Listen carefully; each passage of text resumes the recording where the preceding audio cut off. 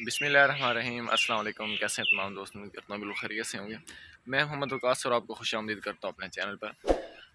आज की वीडियो फिर ग्रेप्स से रिलेटेड है, क्योंकि ग्रेप्स से रिलेटेड मेरी काफ़ी वीडियोस आ रही हैं और काफ़ी ज़्यादा दोस्त बार बार मुख्तलिफ़ किस्म के सवाल पूछ रहे हैं। तो मैं सोच रहा हूँ कि आपको जो भी एक अच्छा सवाल होता है जिससे मुझे लगता है कि आप लोगों को इससे फ़ायदा होगा, उससे उसकी एक वीडियो बना देता हूँ।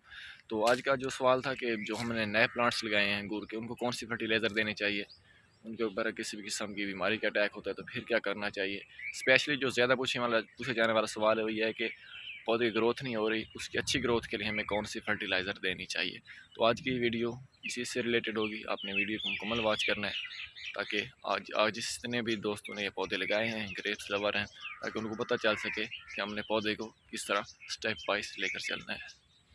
जी, सबसे पहले ये आप पौधा देखें, पौधे की हाइट देखें।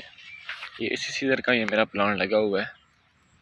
इस प्लांट आपको ये प्लांट इसलिए दिखा रहा हूँ कि इसके ऊपर फंगस का भी अटैक हुआ था, जिसे हम दीमक कहते हैं। यहाँ से अगर देखें तो आधे से ज़्यादा प्लांट ये दीमक ने खा लिया था, लेकिन जब जैसे ही मैंने इसके ऊपर फंजीसाइड का स्प्रे किया, फंजीसाइड दी इसके ऊपर, एक हफ़्ता लगाया, तो अल्हम्दुलिल्लाह आप इस पौधे की ग्रोथ चेक कर सकते हैं। इस पौधे की सिर्फ ये ग्रोथ नहीं है, जो मेरे पास दूसरे प्लांट हैं वो भी दिखाता हूँ, जो इसी के हम एज हैं, उनकी भी ग्रोथ देख सकते हैं। वो भी 2 से 3 फीट तक इजीली पहुँच चुके हैं। इन प्लांट्स की अभी तक मैंने सफाई नहीं की, उसकी भी आपको रीज़न बताता हूँ। मेरी जितनी भी वीडियोज़ होती हैं वो मेरे अपने तजर्बे की बुनियाद पर होती हैं। मैं किसी को अल्हम्दुलिल्लाह कॉपी नहीं करता, लेकिन देखता रहता हूँ काफ़ी लोग आपको मिसगाइड भी करते हैं, उसकी में भी कोई भी वजह हो सकती है। लेकिन मेरे पास जितने भी ये वीडियोज़ आ रही होती हैं, मैं अपने ही तजर्बात की बुनियाद पर आपको दे रहा होता हूँ। तो पहले ग्रोथ की बात करते हैं। इन पौधों की जो ग्रोथ है, अब ये देखें प्लांट, इस पौधे को अभी तक मैंने किसी भी किस्म की फर्टिलाइज़र नहीं दी। इस पौधे को जस्ट मैंने ज़मीन में शिफ्ट किया था और इसकी ग्रोथ शुरू हो गई है और इसके ऊपर मैं इसको पानी दे रहा हूँ, क्योंकि जो नए प्लांट्स हैं उनमें सफाई करने की एक मेन वजह ये है। अब मैंने इन पौधों की कोई सफाई नहीं करनी जब तक ये इनके गर्म जो हीट वेव है, जब तक मैं इनके मानसून शुरू नहीं हो जाता। मानसून के बाद इसकी मैंने सफाई कराएंगे इसके ऊपर। तो ये उसकी मेन वजह ये है कि अंदर जो इसकी नमी रहती है। अब इसको 3-4 दिन हो गए हैं पानी लगाए हुए, लेकिन फिर भी देखें ये मिट्टी में कितनी नमी है। अगर मैं इसको मुकम्मल तौर पर सफाई करा देता हूँ तो सूरज के जो शुआएँ हैं वो डायरेक्ट यहीं पड़ेंगी, तो दूसरे दिन मुझे पानी लगाना पड़ेगा, दूसरे दिन ही यहाँ पर इस पौधे को पानी की कमी हो जाएगी। तो अगर इस तरह नहीं करता, ये पौधा आराम से 7-8 दिन 10 दिन निकाल लेता है। तो इस पौधे को तो अभी तक मैंने कोई फर्टिलाइज़र नहीं दी।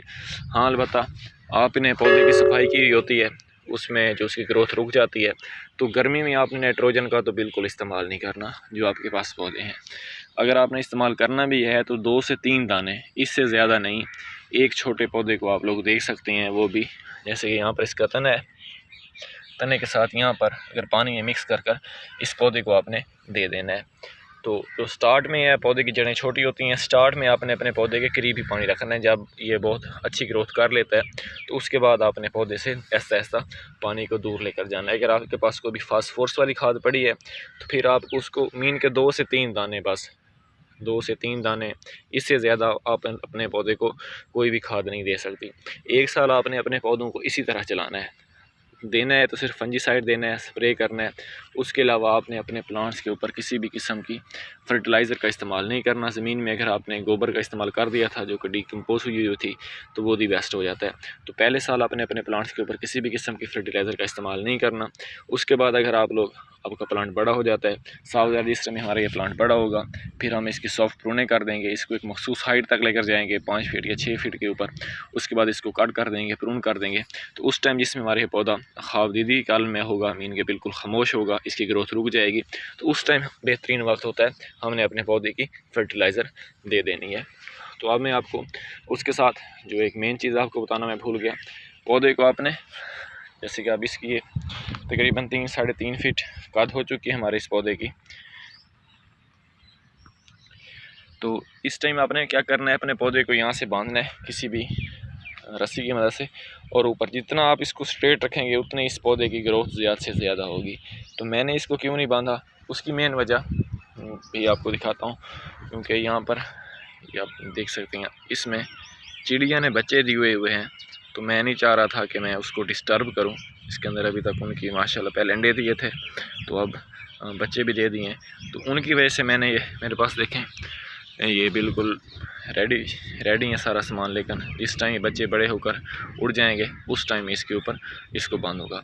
तो अपने अपने पौधे को लाजमी तौर पर इसकी अच्छी ग्रोथ के लिए इसको बांधना है रस्सी की मदद से, ताकि जो इसकी है ग्रोथ वो अच्छी से अच्छी हो सके। अगर इस वीडियो से रिलेटेड आपका कोई भी सवाल है तो आप लोग लाजमी पूछें, इंशाल्लाह जितना मेरे नॉलेज में हुआ आपको गाइड करने की कोशिश करूँगा।